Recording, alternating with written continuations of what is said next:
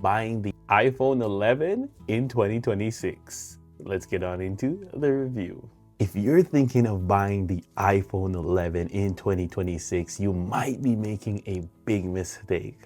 What's good, guys? I'm Storm Allen, the CEO of The Moneymaker, and today we're breaking down if the iPhone 11 is still worth it right now. No fluff, no bias, just straight facts. So first off is the design. Now let's be honest, the phone looks old. You're getting those thick bezels and a notch that feels bigger than modern iPhones. It just doesn't look premium anymore, but it still feels solid. You got that glass back, aluminum frame, and it's durable. And for a lot of people, that is enough for the phone design. Now the display, this is where things really start to show their age. You're getting an old 6.1 inch LCD display, no OLED, no 120 hertz, just a basic 60 hertz. Is it usable? 100%, especially for older folks that can't tell the difference between 120 hertz to 60 hertz. Scrolling, watching videos, it works, but compared to those newer phones, you'll notice the difference instantly if you know a little bit about tech. Now let's jump on into the performance. This phone runs the Apple A13 Bionic chip, and surprisingly, it holds up for basic stuff and gaming. More on that later. So it opens apps fine, social media runs smooth, but in 2026, you'll definitely feel the age. Heavy apps are slower, multitasking is not great. So it has no Apple Intelligence, so there is no AI features and no future tools. I barely use the AI features anyway, so it's not really a major drawback for me personally. And I know a lot of people don't really care much about AI. They even hate the fact that AI is being added to phones now. Let's talk about my favorite topic and what shocked me the most, gaming. Because this is where things get real, guys. So now Genshin Impact on low and medium settings, the game runs okay. Don't expect the smoothest gameplay the whole time. While you do get a little bit of frame drops and heat, I was surprised and oh well, it still holds up with running Genshin Impact, and the battery life was pretty solid even after gaming on Genshin for a little bit. And my battery percentage is so terrible, as I'll show you more later on in the video. Next, we're gonna jump on into Call of Duty Mobile.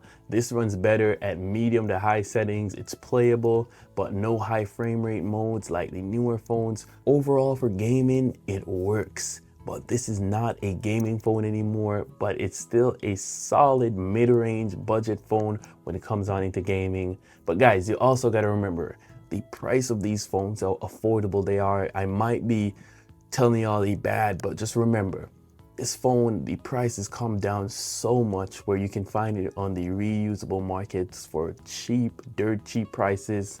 More on that later. Now, cameras. And this is one era where the iPhone 11 still does okay. You do have that dual camera setup, good lighting, photos look solid, video looks really good, and Apple's video quality carries this phone.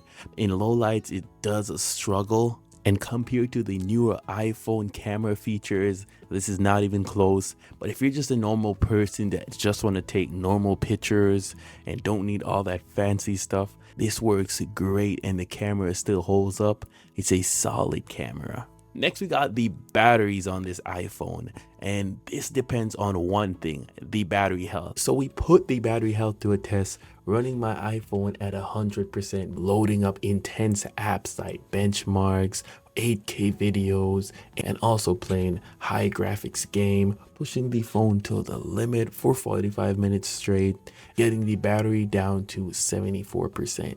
You be the judge. I say it's pretty decent, being that it's an older phone. Because in 2026, most of these phones are used, and that means you're gonna get worn out batteries. So don't expect any crazy battery health. Mine is in the 70s, which is bad battery health. So don't expect any crazy battery life. If you're able to get one in the 80s or the 90s, you definitely hit the jackpot, but you might need to get a battery replacement, which will not be too expensive when looking up online. Now let's talk money, because this is where things get interesting. If you're buying the iPhone used in 2026, you're looking for anywhere around 100 to 180 USD depending on the condition and the storage. In Canada, you can get one roughly around 200 or even in the hundreds, because I got mine in the hundreds.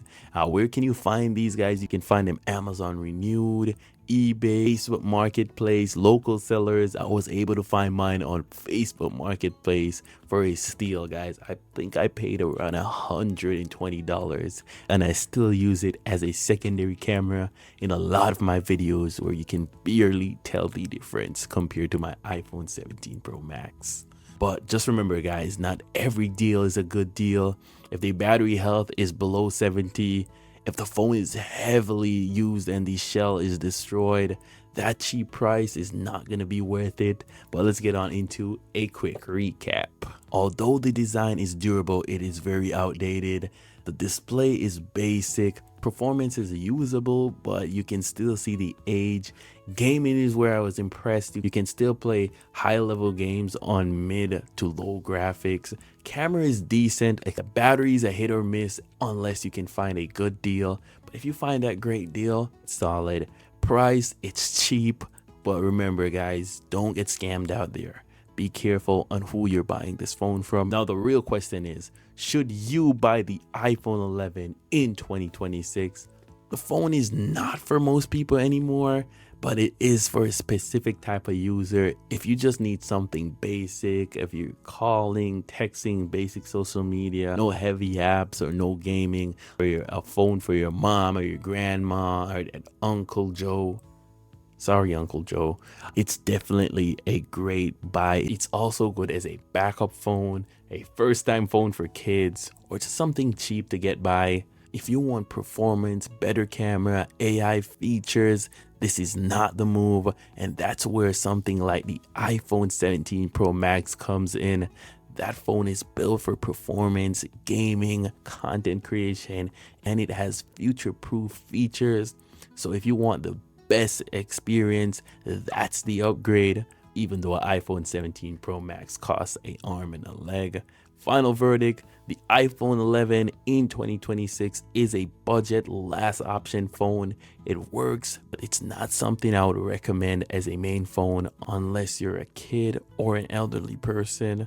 Would you still get the iPhone 11 in 2026? And if you want to see what a real upgrade looks like, check out my video on the iPhone 17 Pro Max next. That video breaks down if it's actually worth the price. Peace, guys. I love y'all. Mwah.